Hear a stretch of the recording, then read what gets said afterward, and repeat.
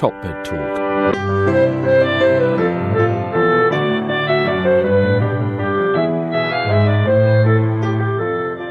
Oh, God. Boxing Day.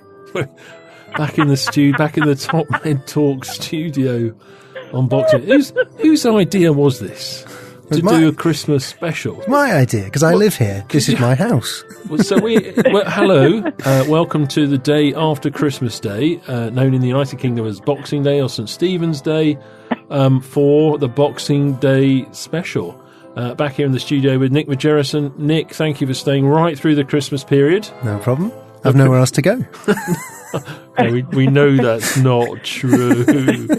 And we have the wonderful Desiree Chappell. Desiree, I can't believe you've got up on Boxing Day to do this for TopMedTalk. Me neither.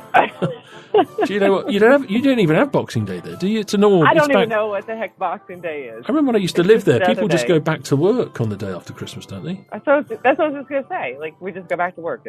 It's another day. If you make what do you celebrate on Boxing Day? If you make just having a day off after Christmas Day.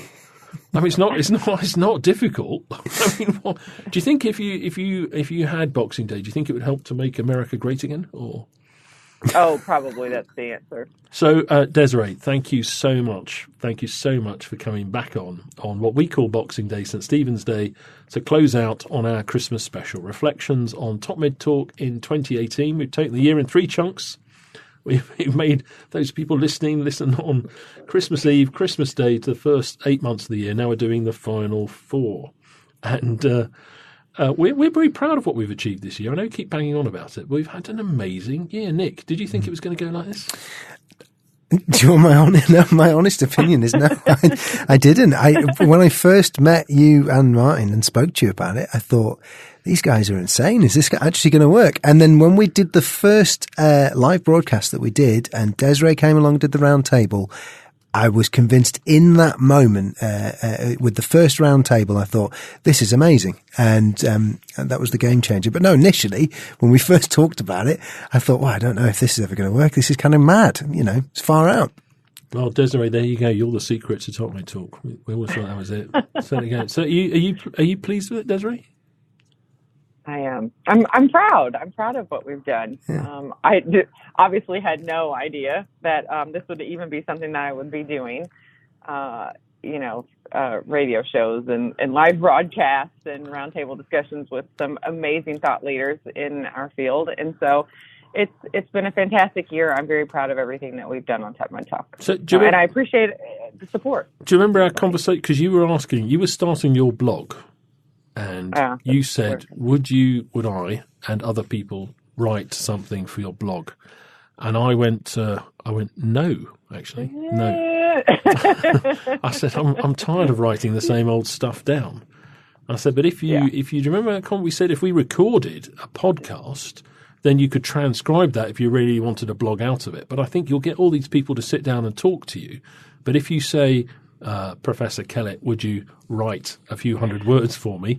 I can't even imagine. I think he'd turn around and say, I'm sorry, I've got to wash my hair, I've got a headache or something like that, whatever it is. But it's worked really well, hasn't it?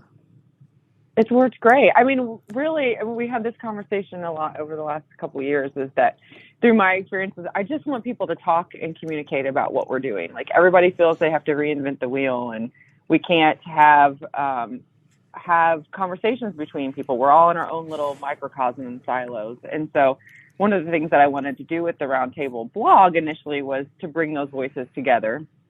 And after kind of floating the idea with you, it made perfect sense that, people are, the thought leaders are not going to want to take any more time to write. That seems like what all you guys do. So having the conversations it's been really cool. And we've been concentrating very much on multidisciplinary, haven't we? Yeah, Nick, you were going to say? I was possibly going to take us in a completely different direction then. But the thing is what's been interesting about this year is that podcasting as a medium has really come into its own. Yeah. And it's now, most people know what a podcast is. Now, when we started doing this, you would say to someone, we'd do a podcast, and they didn't know what you were talking about. Less often is that the case now. Mostly people know what you're talking about. And I remember there was a point came halfway through the year where suddenly we realized there was a big audience for this. Yeah. And that was a surprise as well, just thinking, wow, we've tapped into something, just the right point in terms of the medium. And then in terms of content, we've got a loyal audience. So thanks to them. And loyal supporters are very, very proud. It's Yeah. all completely free at point of use. That's, so we have a truly global audience, 130 countries, whatever it is. It's fantastic. So for those of you listening around the world, thank you very much indeed. Now, final part of the year, we kicked off in September. We're very proud of being truly multidisciplinary, and I think we pushed the envelope on that. Desiree, you're a nurse anaesthetist, aren't you? A CRNA. And CRNA, and you took TopMedTalk to a meeting in Boston organised by the AANA. That's a lot of letters to deal with there, isn't it? Tell us about that. It's the American Association of Nurse Anesthetists. And they were gracious enough to give us an education booth and an area to set up there and have some conversations and talk to CRNAs. We were really privileged to sit down and talk with the CEO, Randy Moore, who is an anesthetist, the CRNA. And we had some great conversations with him about what's going on specifically in the AANA, but also kind of workforce issues and things like that. And I think it was a great conversation that we had with him. It's been a big year in the UK. For those of you listening around the world, the UK is relatively unusual as only traditionally having almost entirely physician anaesthesia providers. But this year has been a big year. I think we've made a big step forward to recognising that for us to be able to deliver the workforce required to provide all of the high quality care we need in the future, that we can't just have the doctors giving the anaesthetics. We need to do what much of the world has done and have other providers, not just nurses, people with science backgrounds who are prepared to train to do the job. And that's much more of the global model of delivery of anaesthesia, which is great, I think. So we look forward to those changes getting traction. So should we play a clip from that, Desiree? Any particular one of your combos? Yeah, I think that would be great. Anyone? Yeah, I think the one with Randy about workforce. That very point, yeah. Is Mm-hmm. Stuff. Nick, do work your magic. At the average age of a CRNA is about 50 years, and that we're approaching a mass retirement. I mean, that's a little bit of hyperbole, but not much. So. That, and as I said, the consumption of healthcare. Right now we're treading water in terms of the number of providers. But the physicians are actually, I think their numbers, the physician anesthesiologist numbers, are actually older than ours. So you aggregate that out, there's a pretty compelling case to be made that we need to get serious about looking at our workforce needs for anesthesia professionals in this country. So that's September. I had a few other trips in September. Looking at the diary here, I actually went in September. I went to the 60th anniversary of Edwards Life Sciences. Now, Edwards Life Sciences have been one of our biggest sponsors. They really got us going. The team at Edwards were brave enough to give us some of the early backing, unrestricted grants to get this whole TopMedTalk thing off the ground. I was privileged to go to the celebration of their 60th anniversary. And there I sat down with some of the innovators in our space in the world and talked to them about some of the really exciting things that are coming over the horizon. And in particular, I spoke about this application of artificial intelligence, this HPI thing. Can you play us a clip from that? Yeah, let's listen to this. It's all about predicting that a hypotensive event might occur in the near future. And this is a major step forward compared to the monitoring that we used to have at the moment, because this is only looking at the status quo, at the current hemodynamic status of the patient, which might not tell us a lot about what is happening in the near future. And the HPR is a step forward in this way, as it allows us to predict the development of a hypotensive event before it actually occurs. That was a really, and the dinner that went with that, there's some amazing names up on the stage, because Edwards Life Sciences not only do things like the pulmonary artery catheter and hemodynamic monitoring devices, but there's also the heart valves. So, we had some of the legends of healthcare innovation on the stage who gave some fantastic speeches. And Mike Musalem, who's the highly inspirational CEO, hosted the whole thing. I don't know how he did it. He went on for no one was bored. It was absolutely fantastic.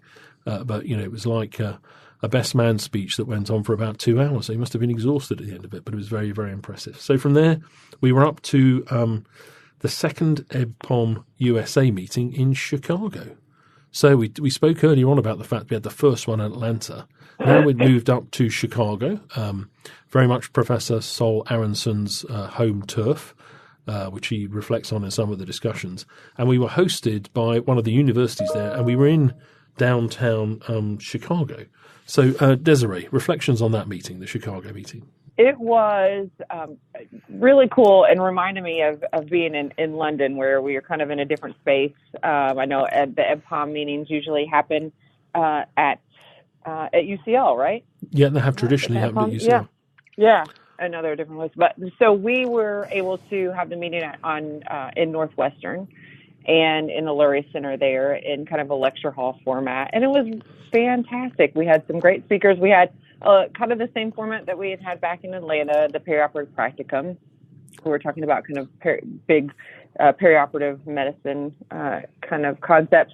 But then we also had a second track that focused on enhanced recovery.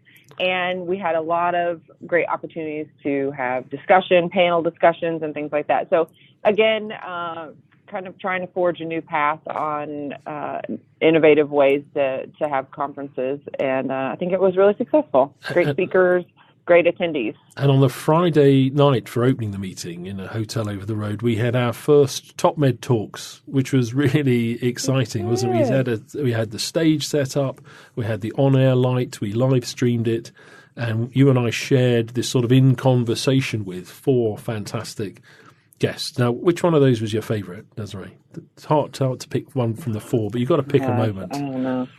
I'm going to go.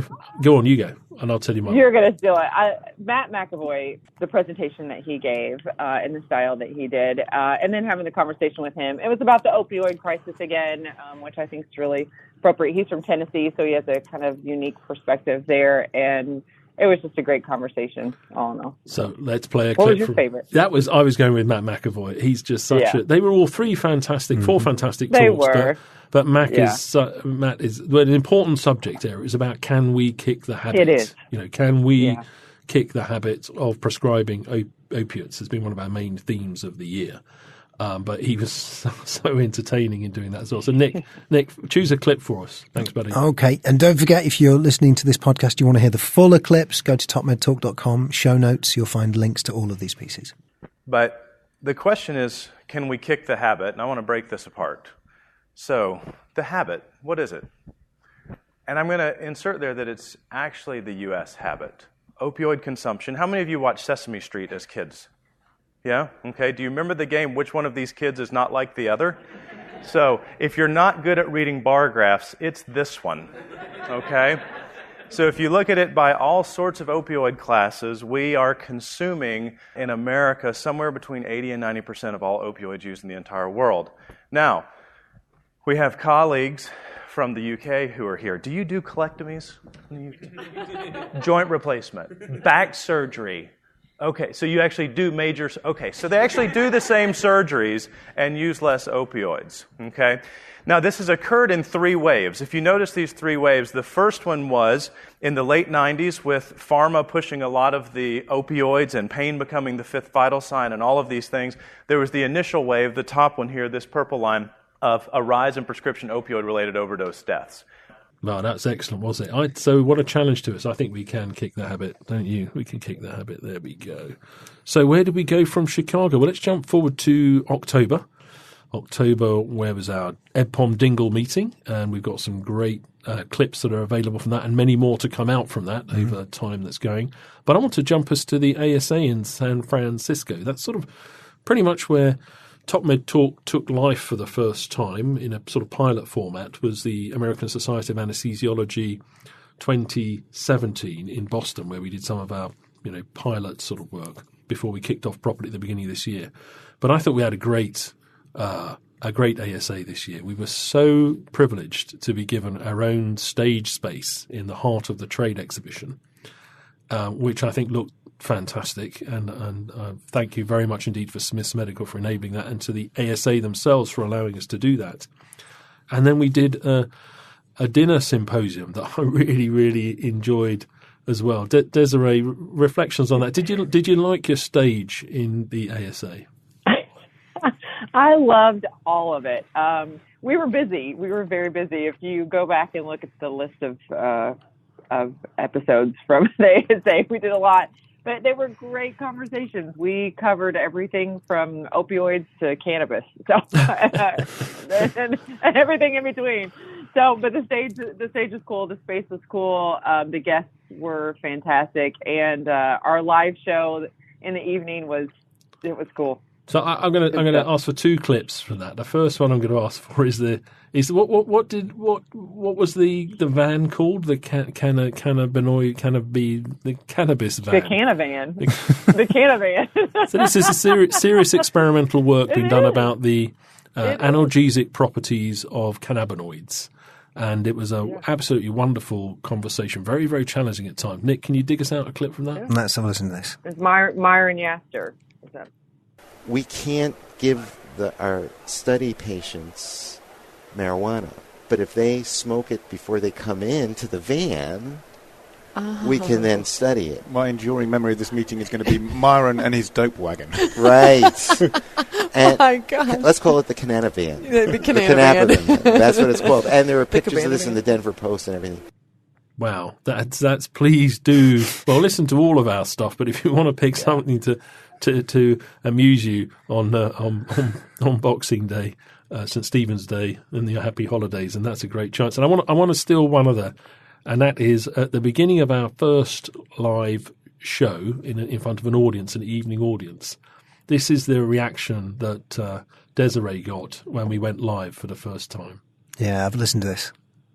So, Desiree, if I could welcome you to the stage.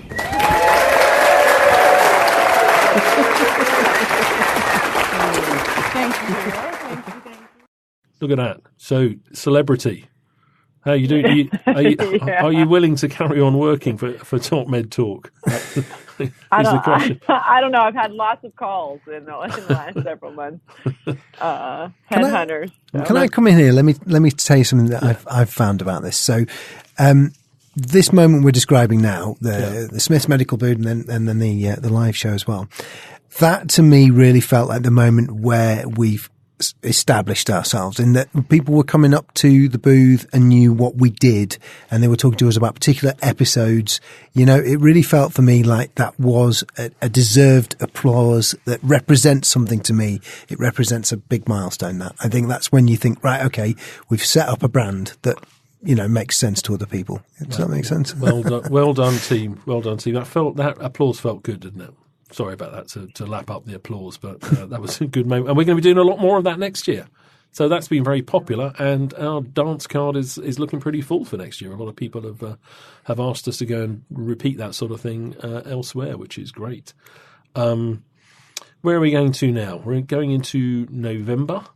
And let's pick up the IFAD meeting in Amsterdam. Now, sadly, Desiree, you couldn't make it to the IFAD meeting in Amsterdam. This is the International Fluid Academy, because you had something. We have Boxing Day, and you have Thanksgiving. So you did the Thanksgiving thing, and for some reason, the IFAD people put the meeting on Thanksgiving. So we're a little bit thin on the Americans at that meeting.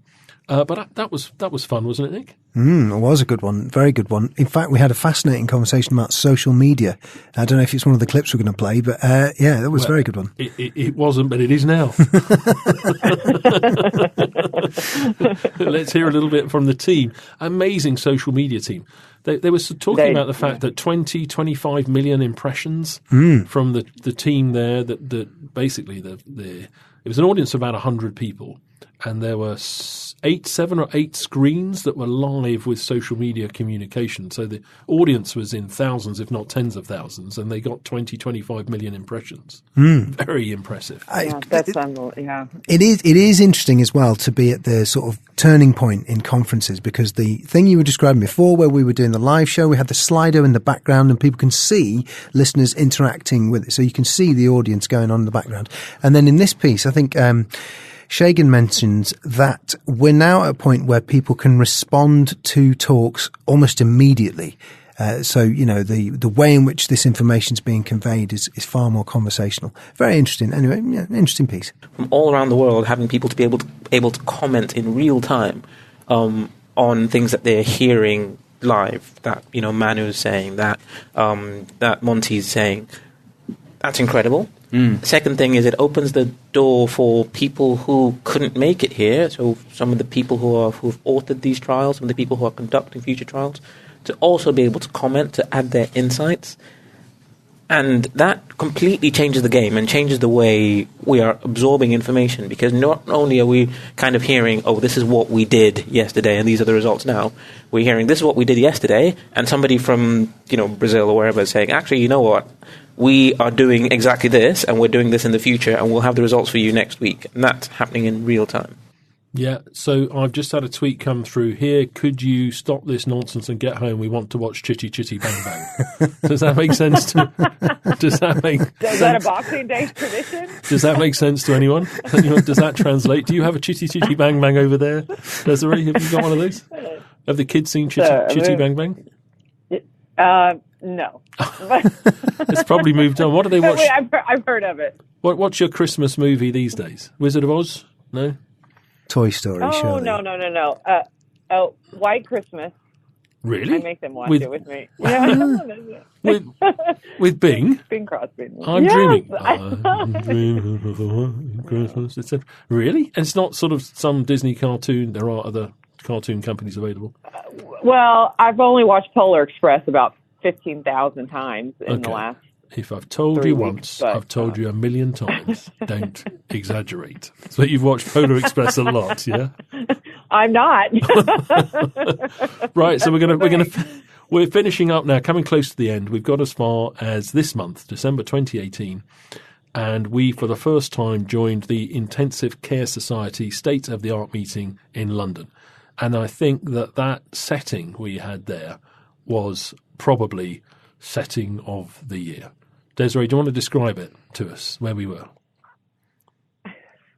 So whenever I walked in to the QE2 or the Queen Elizabeth II, is that how you say it? Queen Elizabeth II. The Queen Elizabeth II. I'm just kidding. We do call it the QE2. Interesting. QE2. But Queen Elizabeth II. Yeah. You got it. You're all right. I got it. So I walk in and sit down and totally amazed by this view. And Johnny Thiemann, who is part of the TopMedTalk team, he said, well, you know what that building is over there, don't you? I'm like, I don't know. It looks like a big church or something. And it turns out it was Westminster Abbey. Yeah, and we now experts on I know. Westminster. I knew that, by the way. I did know that. I was just giving him a hard time. But we had Westminster Abbey behind us the entire time at the ICS meeting. And the Houses of Parliament, where they cancelled the Brexit vote, and Big Ben covered in scaffolding. It was. But what we are now experts on Westminster Abbey, aren't we? Because we kept looking out the window, and I kept saying, Desiree, you should pop over there because I've got to go and give a lecture. You should pop over there and go and see all the famous people and have a look around. Yeah, I'll do it. So eventually, I dragged you over the road at 3:32. And what time does Westminster Abbey shut? Didn't know, but 3:30. 3:30, yeah. So you've seen the outside of Westminster Abbey, but you still haven't seen the inside. Lots. Had some amazing views that a lot of people probably don't have. I've never seen. But unfortunately, it wasn't the inside of the building. So that's okay. Next time. Some great eclectic conversation there. And what I really liked as well from all of that conversation was you've worked in critical care in the past, but it's not your subspecialist area. Is it, Desiree? Is that right? I mean, you mainly work in the operating room now. Yeah. It's not part of my anesthesia career. I was a critical care nurse, though.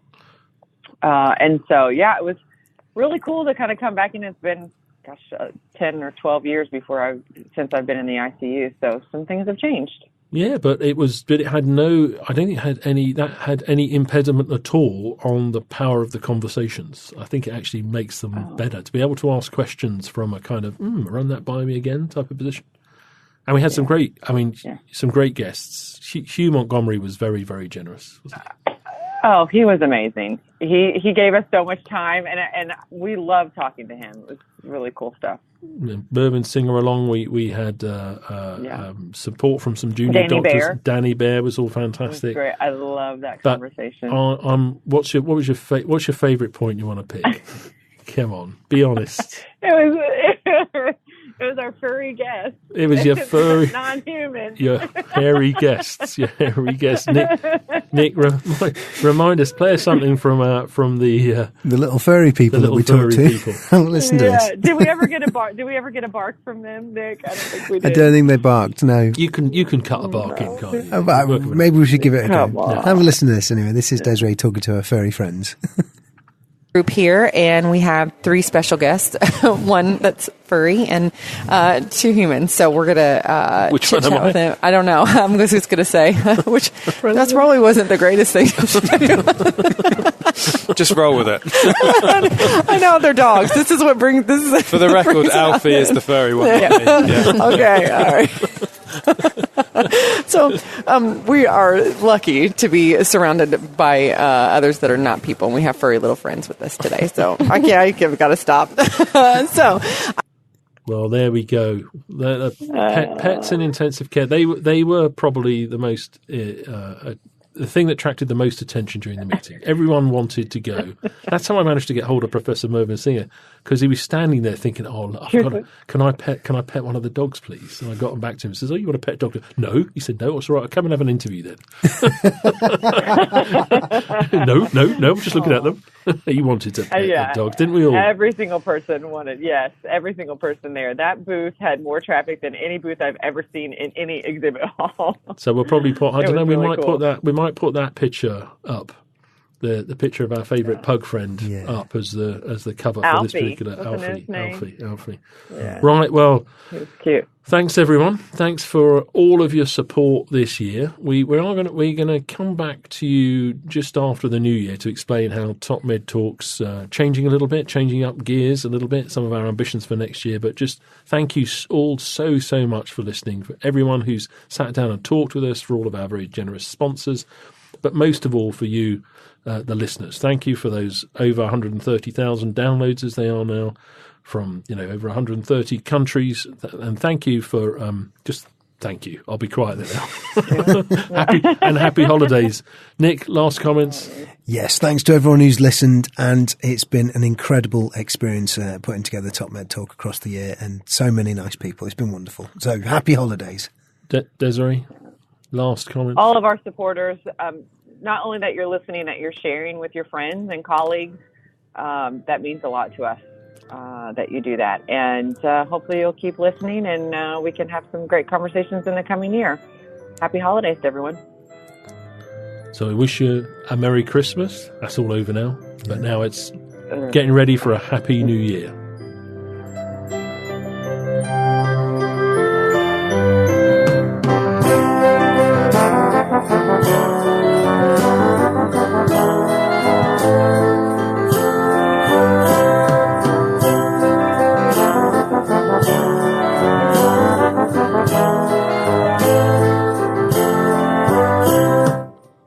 Can we go home now, Nick? Actually, do. I want you to do a journal club. No, I mean, Christmas. Can we? I know you want me to do my work, but it's Boxing Day, Nick. Yeah. Can't I go home now? I want to watch Chitty Chitty Bang Bang. No, talk about perioperative medicine. I want to watch Chitty Chitty Bang Bang. I want to go to the pub. Restrictive versus liberal. Which is it? Desiree wants to watch Polar Express. You haven't watched Polar Express for a while, have you, Desiree? No, it's been a whole 5 minutes.